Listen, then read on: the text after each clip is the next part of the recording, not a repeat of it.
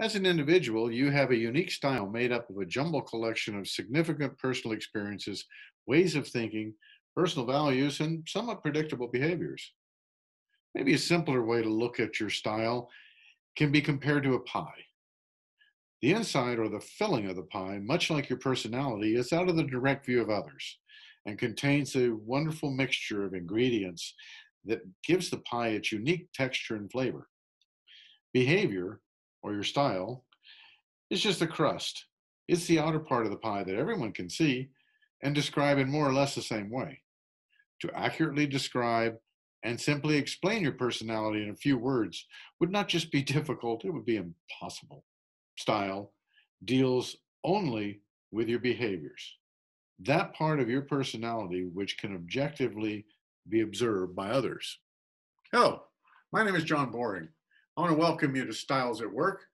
Thank you for coming by to spend a few minutes talking about styles with me today.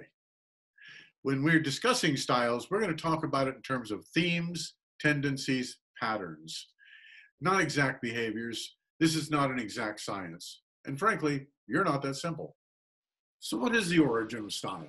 Let's take a look at some of the history, where this all came from. Started way back, 400 BC, with the work of Hippocrates, father of modern medicine, the Hippocratic Oath. You remember him? Well, he started off a long time ago seeing the four humors in the body. And he believed that those four humors drove the illnesses, drove your behavior, dictated everything. Well, fast forward to the mid-19th century, and you had the work of Sigmund Freud. But Sigmund Freud's contribution to this was he started looking at people's behavior and said, well, I don't think it's as simple as that they're just, being driven by some humor of the body. He noticed that it was actually being driven by hidden motives, biases, things you learned in your past. Fast forward again a little bit more to near the end of the 19th century, and you have the work of Carl Jung. Carl Jung started picking this work up, and he noticed that looking at the data that Freud had gathered, that there were really types of people, that there were, he called them archetypes, but they're clusters of people. So then as we move into the 20th century, you have the work of Catherine Briggs and Isabel Myers, mother and daughter team.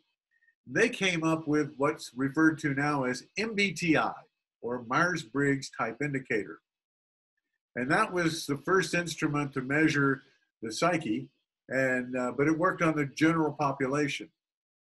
Blake and Mouton said, well, hey, if this works for the general population about the same time, they said, maybe this works for management. They started creating what they call the managerial grid. And they also saw basically four types of managers, and one in the middle called middle of the road manager, but basically there were four types of managers. And then in the 1920s, Robert Marsden started working on this, and he started generalizing this to the overall population and to management. And then the work was taken on by Merrill and Reed as they created social styles.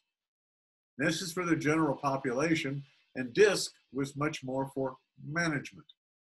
So all of these now came together, and these are the four tools that you'll see the most out there. We're going to take something that kind of comes right in the middle and follow the road of Merrill and Reed, Robert Marsden, as we look at what are the primary continuums that you're going to measure. But everywhere you go, you see this 2x2 matrix. You see it in all of these. Even with Myers-Briggs, they have 4 styles, but each one of those is broken into 4 more styles, giving you 16 styles. So, but fundamentally, anytime you see this 2x2 matrix, you're looking at this work.